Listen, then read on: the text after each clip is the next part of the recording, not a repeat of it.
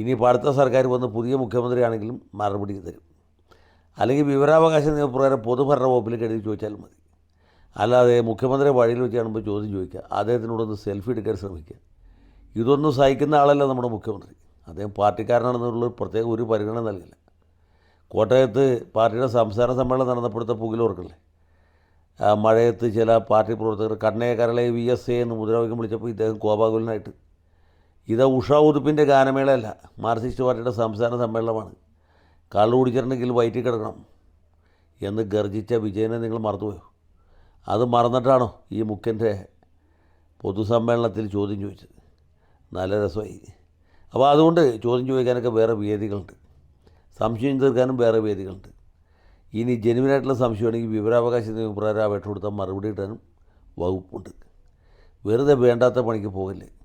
ഇത് ചോദ്യം ചോദിച്ച ദാസിനോട് മാത്രമല്ല, ഇനി ചോദ്യം ചോദിക്കാനിരിക്കുന്ന യുവദാസന്മാരോടും കൂടിയുള്ള ഒരു ഉപദേശമായിട്ട് കണക്കാക്കിയാൽ മതി. ലാൽ സലാം.